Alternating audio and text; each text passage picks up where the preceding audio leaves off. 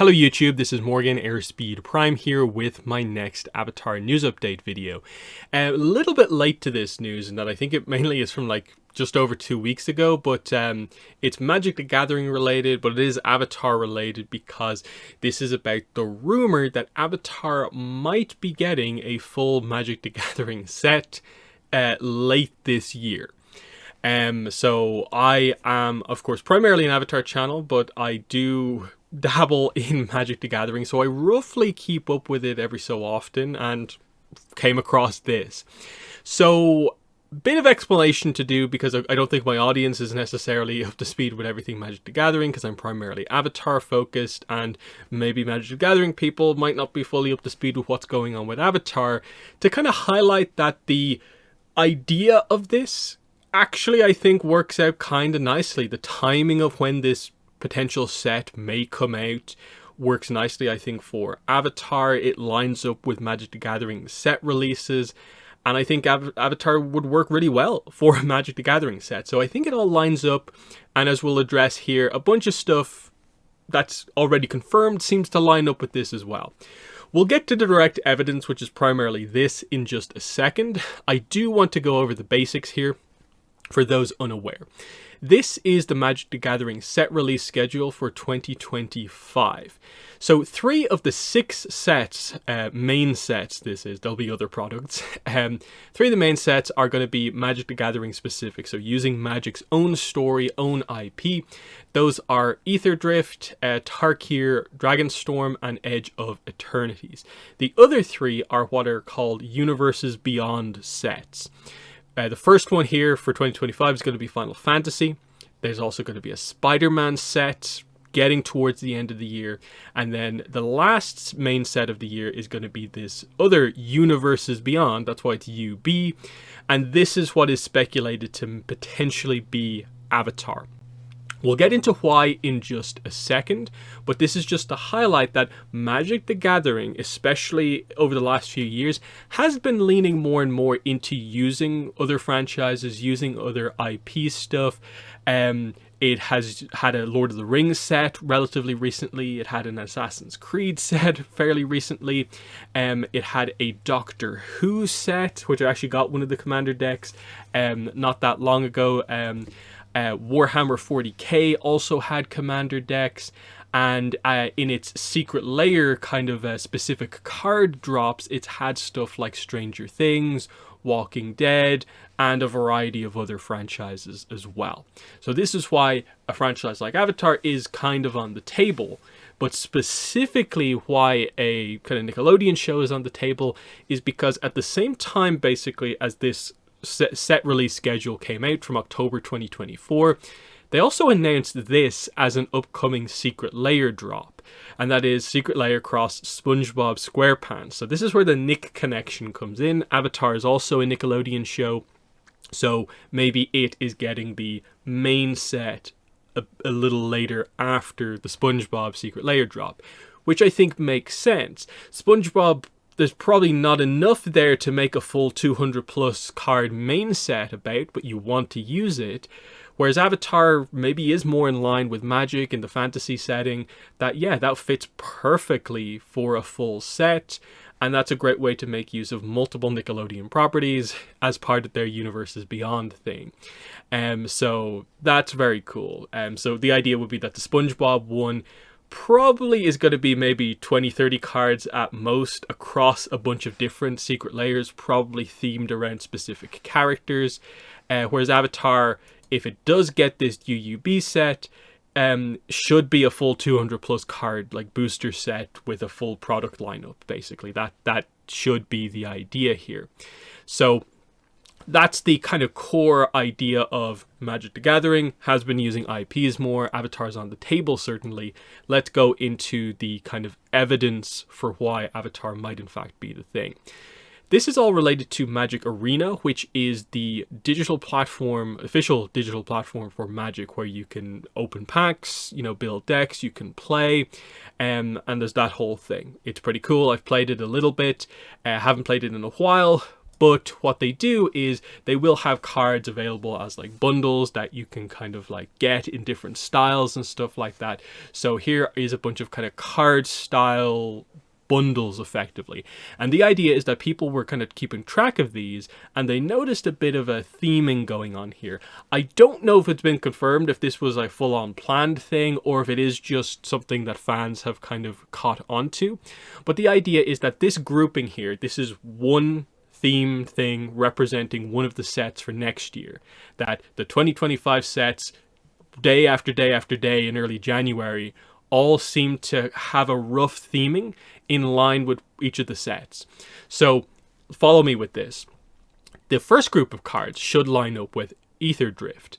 Ether Drift is going to be a Magic IP set based on a plane where vehicles and racing, kind of bikes, cars, sort of stuff like that comes quite heavily into play. So a set of cards that are all artifact vehicles fits that, I think, quite nicely, because that's what the vehicles, that the drifting and all that sort of stuff is going to be, is a lot of cards based around vehicles. So that's fine. The second one should be Tarkir Dragonstorm related, and what do you know? They're all dragons in some way. All this art depicts dragons of some form or another, and so that fits pretty nicely, but it's still rather vague. Of just like, okay, vehicles, it's a type of card in Magic. Dragons is obviously a thing in Magic. It gets a bit more specific when we get to number 3, because this is the first IP themed set. So Final Fantasy is up next, and what do you know? All the cards across here, apart from the first one, all are related to crystals. It's all something crystal. But the first card, which is slightly off screen here, but it says Final Flare. And my understanding is that Final Flare is a really, really notable Final Fantasy attack name, spell name. And so the idea that it's not just crystals. It's crystals plus Final Flare. And that is a bit more specific than just like dragons. And so that definitely fits Final Fantasy. So that's nice. We move on to the next one. So Edge of Eternities, back to Magic the Gathering. I think this is a set that's meant to be kind of space opera themed, kind of like maybe its own attempt at Star Wars to a certain degree, but it's Magic IP. So space themed. And what do you know? Star. Every single one of these cards is star related, which is kind of specific. Because otherwise, the actual cards are not specifically like this group of cards all works together necessarily. It is very much a named kind of name thing in terms of what's going on here. So that's that. Next is Spider-Man, and yeah, when we move on here, yeah, it's a theme. It's a group of spiders. Everything is a spider here. The first one is an elf spider, but all spiders across the board. That seems quite fitting. Again, these all happened one day after the other, as far as I'm aware, to represent the 2025 sets. And then we get to the unknown one, UUB, and what happened the next day? We got this lineup of cards. Into the Fire, Waterknot, Earth Cult Elemental, Airdrop Aeronauts, Distended Mindbender, Oswald Fiddlebender.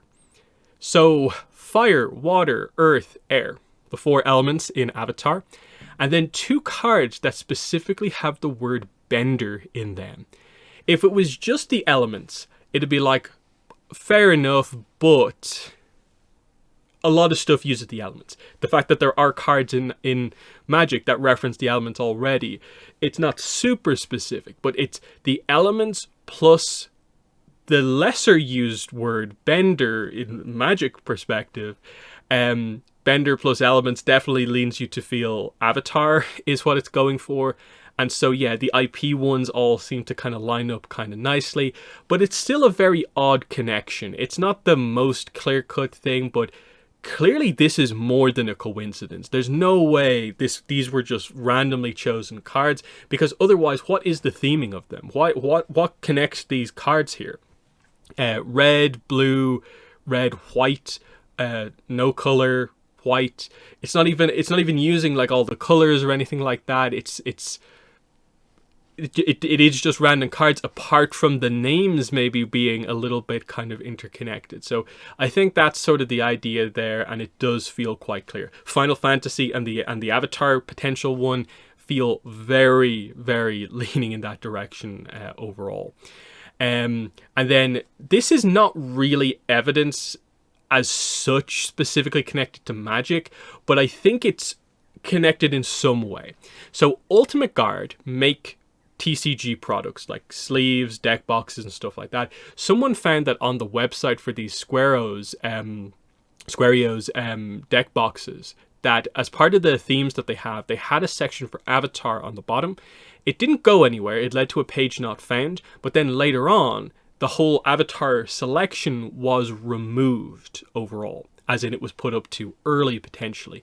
Now, the big thing to note here is that I don't think there is a direct connection between, Squareos always do Magic related IP stuff, but just the fact that Avatar potentially, if it is Avatar The Last Airbender and not James Cameron's Avatar, I'm assuming that's the idea,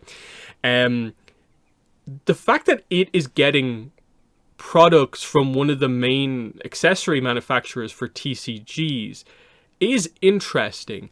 Sure, Avatar is beginning to build up kind of steam, and it's going to have products across the boards in a lot of things.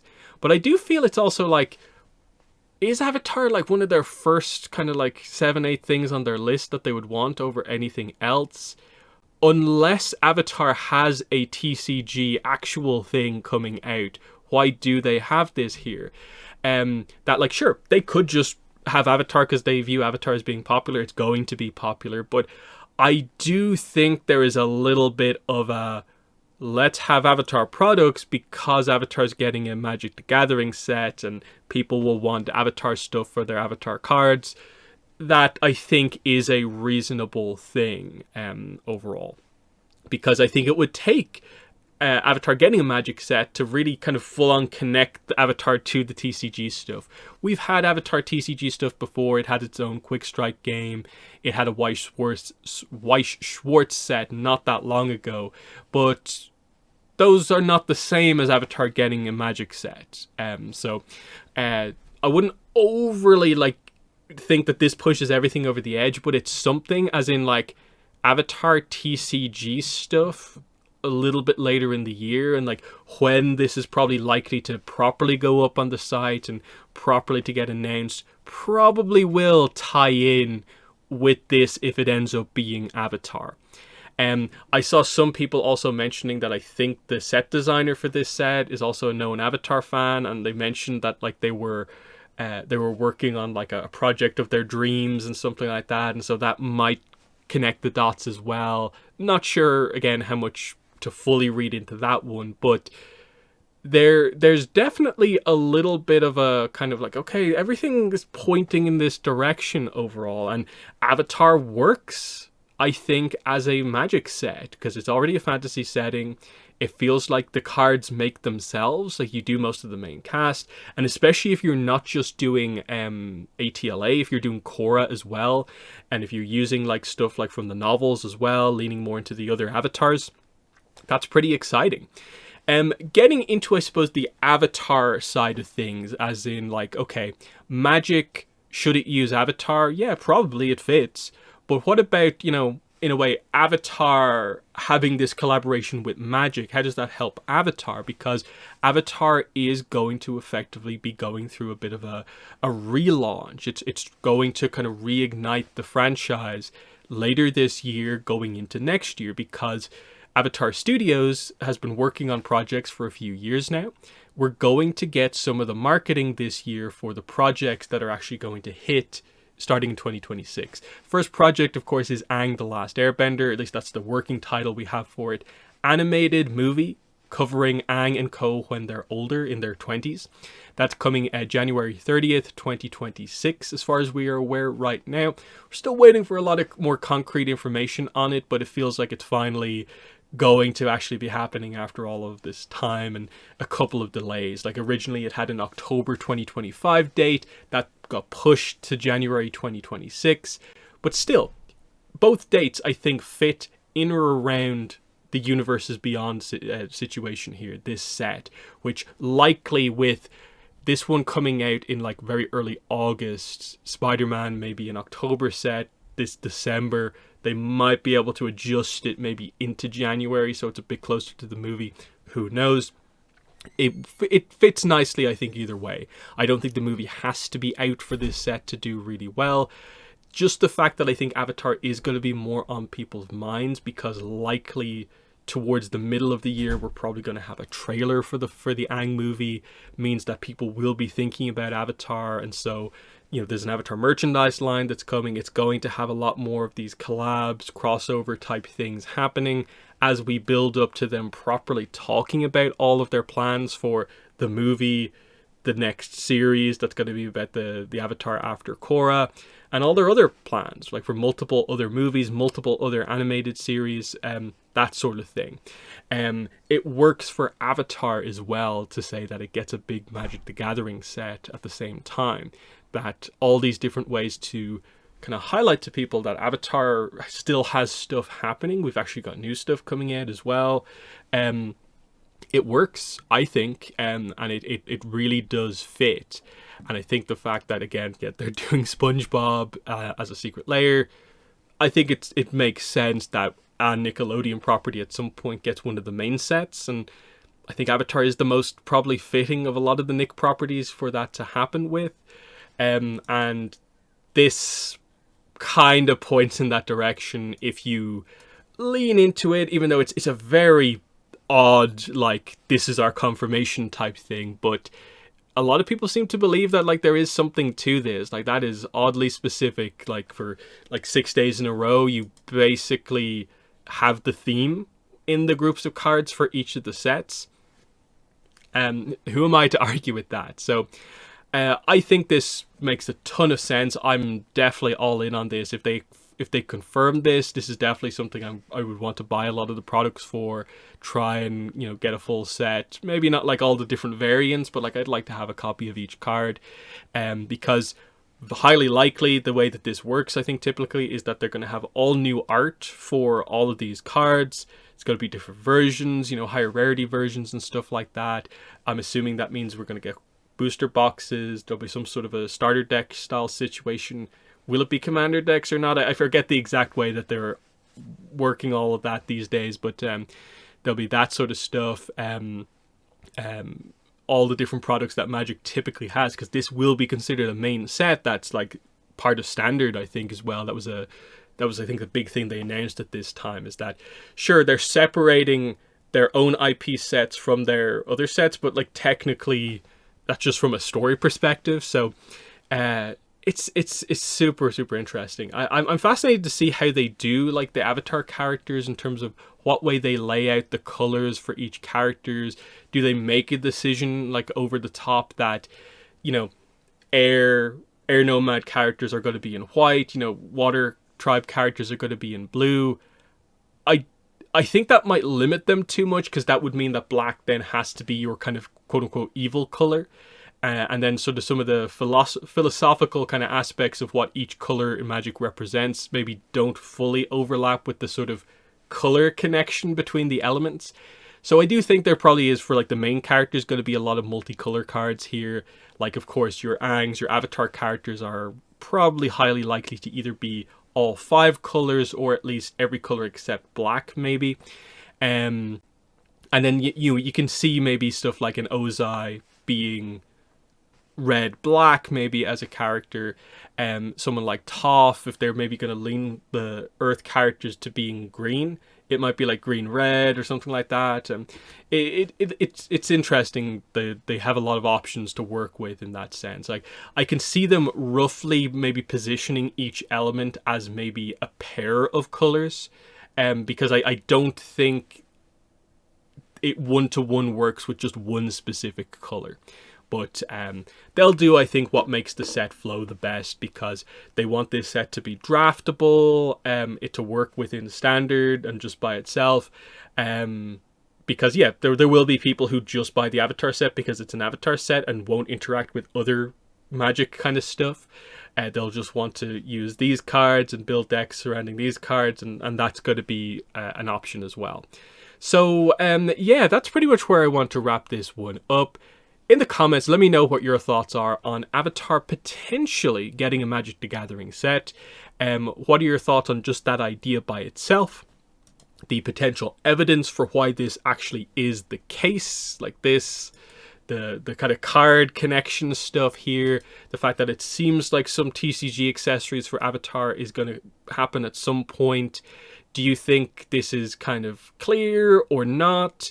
And how interested are you just in Avatar cross Magic the Gathering? I know I am, but I would like to know your thoughts. But yeah, let me know in the comments below. But that's been the video. Thanks for watching, and bye.